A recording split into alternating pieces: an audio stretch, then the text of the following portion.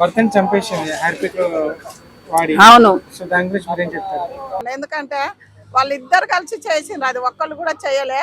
అందులో ప్రాణం పోకుండా అదేదో ఇంజక్షన్ల పైసలు కూడా ఇచ్చింది, ఎంతో తెలివితోటి. అలా చేయొద్దు, ఎందుకంటే వాడు కూడా ఒక అమ్మ కడుపు పుట్టిన బిడ్డే కదా. నీకు ఇష్టం లేకుంటే వెళ్ళిపోవాలి, కానీ అలాంటివి చేసుకుంటారా? ఎంత ఆడవాళ్ళకే సిగ్గుసేటు ఇలాంటి ఇంటే. అంటే ఒకవేళ ఆడవాళ్ళు అనవచ్చు మమ్మల్ని చంపొద్దు, ఎవరు చంపొద్దు. మగోళ్ళు ఆడవాళ్ళని చంపకుండా పోతే మరి మన దేశం మిగులుతుందా? మిగలదు కదా.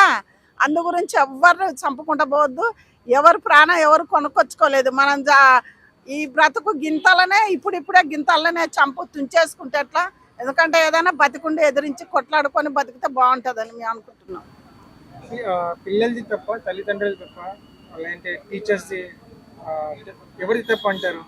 జీవితంలో ఎవరు తప్ప అంటే తల్లిదండ్రి చంపమని ఎవరు చెప్పడు. ఒక పెళ్లి చేసింది ఎందుకు, కాపురం చేసుకొని ఒక భర్తతోటి నా బిడ్డ సుఖంగా ఉంటుందని ఇస్తారు కదా. తల్లిదండ్రిది మనం ఎలా తప్పు పడతాం? తల్లిదండ్రిది కూడా తప్పు కాదు. టీచర్ గురువు కూడా మా సంభవాన్ని ఆమె టీచర్ల చదువులో చెప్పిందా, వీళ్ళకు వాళ్ళు కొవ్వొచ్చి వాళ్ళు మస్తెక్కి వేరేటోడితో అక్ర సంబంధాలు పెట్టుకొని చంపుకుంటూ పోతుంటే దానికి ఏ తల్లిదండ్రిది ఎవరిది తప్పు కాదు.